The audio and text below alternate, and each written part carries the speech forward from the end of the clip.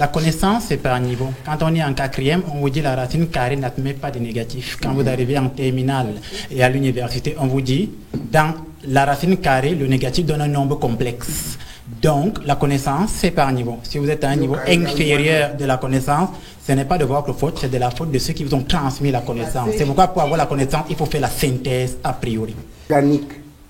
Vous voyez que pour qu'on l'entretienne, on doit manger des corps morts. Rien de ce qu'on mange pour avoir la vie.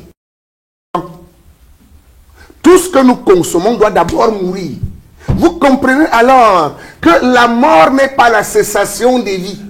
Parce que la cellule, il faut faire une différence entre les cellules de mort et les cellules mortes. Ce n'est pas la même chose.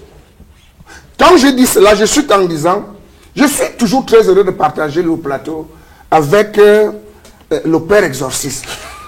Parce que ce monsieur est de probité intellectuelle très élevée. Nous sommes d'accord, et je lui concède ça. La vie vient de Dieu.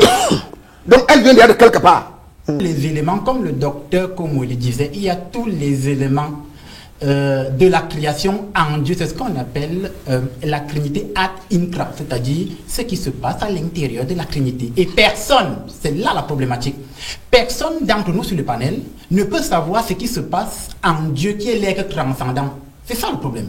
Maintenant, on va continuer. Le problème de dire que nous venons de quelque part, c'est un peu comme ceux qui voient le paradis comme un lieu. C'est la problématique. Ça veut dire quoi?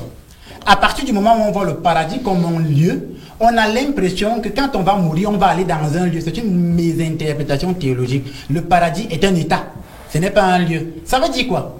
Si avant qu'une femme n'accouche, ne tombe enceinte, il y a eu une vie, cette vie est en Dieu, dans la Trinité ad incra.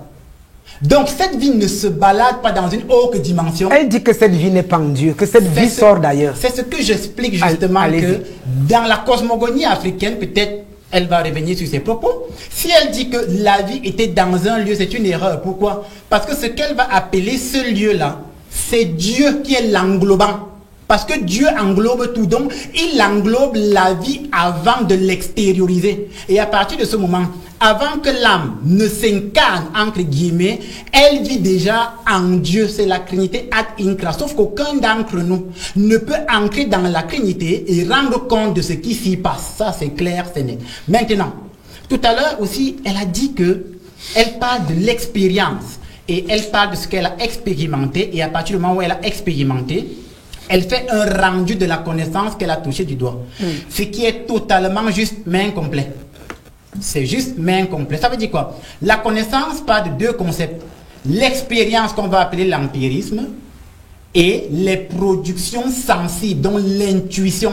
C'est l'association de l'expérience, la production sensible, et des intuitions qui vont donner la connaissance qu'on va appeler la synthèse a priori.